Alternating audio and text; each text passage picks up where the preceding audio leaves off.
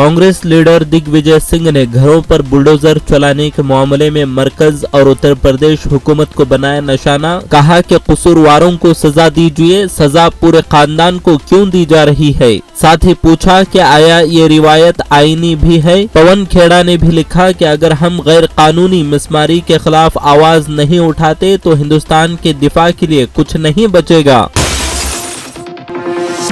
राहुल गांधी के साथ ईडी दफ्तर पहुंचे कारकुनान को सिक्योरिटी फोर्सेज ने रोक दिया, जिससे नाराज होकर कारकुनान धरना देते हुए नारेबाजी करने लगे। पुलिस ने कार्रवाई करते हुए धरना देने से रोका और कारकुनान को हिरासत में ले लिया। इसके बाद ईडी दफ्तर के अंदर राहुल गांधी से पूछगछ करनी कर दी गई शुरू।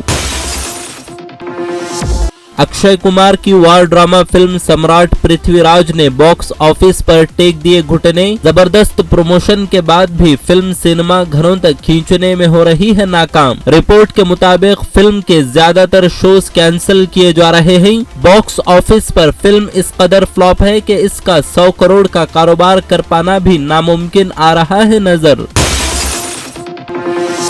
आफरीन फातिमा के घर वालों को गिरफ्तार किए जाने के एक दिन बाद उनके घर पर बुलडोजर चला दिया गया था। इल्जाम है कि इंतजामिया ने कार्रवाई में ना तो तयशुदा तरीके पर अमल किया और ना ही दस्तावेजात के जरिए ये जानने की कोशिश की कि ये मकान किसकी मिल्कियत है। जावेद मोहम्मद के जिस मकान को मिसमार किया गया वो उनके नाम पर है ही नहीं, साथ ही उनका नाम भी उन 10 लोगों में शामिल है जिन्हें पुलिस ने अहम साजिशी दिया है करार। मुस्लिम पर्सनल लॉ बोर्ड के जनरल सेक्रेटरी मौलाना खालिद सैफुल्लाह रहमानी ने अपना एक प्रेस नोट किया जारी। कहा कि इस वक्त तो हुकूमत जिस लाकानूनियत का मुजाहरा कर रही है हद दर्जे अफसोसनाक। एक तो पार्टी के तर्जुमान ने गुस्ताखी करके मुसलमानों का दिल जख्मी किया, बजाय इसके कि उसके खिलाफ कार्रवाई अमल में आती उल्टे मुसलमानों के जख्मों पर नमक है छिड़का जा रहा। उत्तर प्रदेश में जारी इन्हदामी कार्रवाई के खिलाफ जमीयत-ए-उलमा हिंद ने सुप्रीम कोर्ट से किया रुजू। दाखिल पिटीशन में जमीयत-ए-उलमा कानूनी इमदाद कमेटी के सरबराह गुलजार आजमी बने हैं मुद्दई। इस ज़िम्न में जमीयत-ए-उलमा हिंद ने सुप्रीम कोर्ट में 2 इंटरिम एप्लीकेशन की हैं दाखिल। पिटीशन पर समाअत करते हुए सुप्रीम कोर्ट ने उत्तर प्रदेश समेत मध्य प्रदेश, उत्तराखंड, गुजरात और दिल्ली को नोटिस जारी कर किया है जवाब तलब।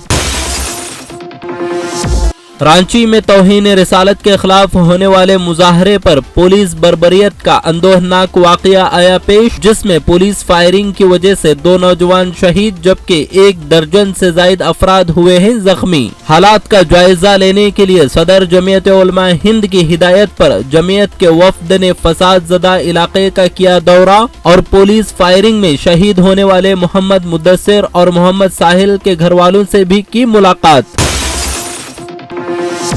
उत्तर प्रदेश में मुस्लिम समाज को माशी, समाजी और सियासी तौर पर सबसे ज्यादा मजबूत सहारनपुर में है समझा जाता, लेकिन हालात ऐसे हैं कि इस वक्त मुसलमानों में गहरी मायूसी हो चुकी है पैदा।